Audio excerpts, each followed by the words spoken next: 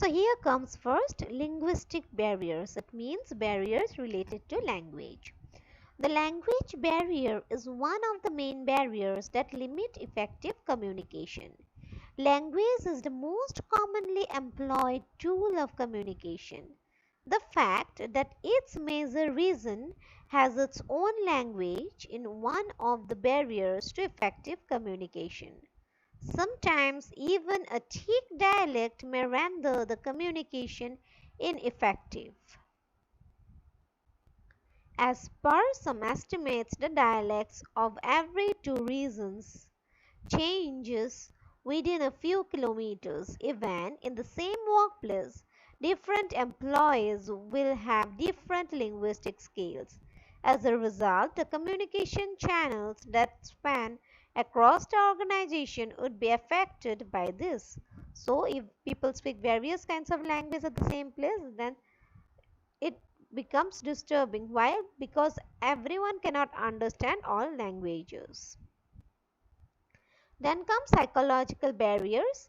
There are various mental and psychological issues that may be barriers to effective communication. Some people have stage fear, speech disorders, phobia, depression, etc.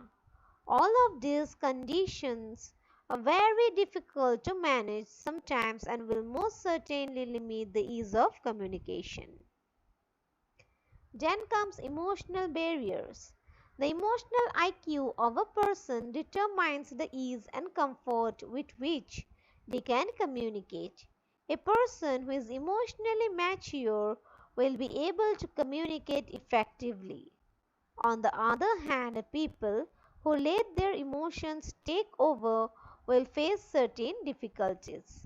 A perfect mixture of emotions and facts is necessary for effective communication. Emotions like anger, frustration, humor can blur the decision making capacities of a person and thus limit the effectiveness of their communication. Then comes physical barriers to communication.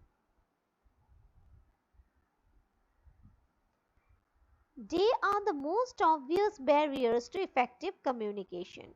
These barriers are mostly easily removable in principle, at least. They include barriers like noise, closed doors, faulty equipment used for communication, closed cabins, etc. Sometimes in a large office, the physical separation between various employees combined with faulty equipment may result in severe barriers to effective communication. Then comes cultural barriers of communication. As the world is getting more and more globalized, any large office may have people from several parts of the world. Different cultures have different meaning for several basic values of society. Dressing, religions or lack of them, food, drinks, pets and general behavior will change drastically from one culture to another. Hence, it is a must that we must take these different cultures into account while communication. This is what we call being culturally appropriate.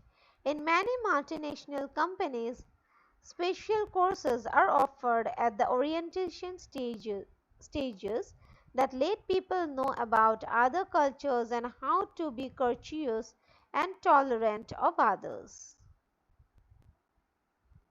Then comes organizational structure barriers.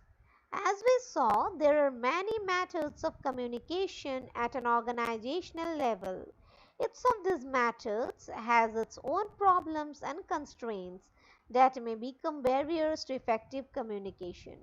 Most of these barriers arise because of misinformation or lack of appropriate transparency available to the employees. And then comes attitude barriers. Some people are the introverts or just people who are not very social. Others like to be social or sometimes extra clumsy. Both these cases could become a barrier to communication. Some people have attitude issues like use ego and inconsiderate behaviors.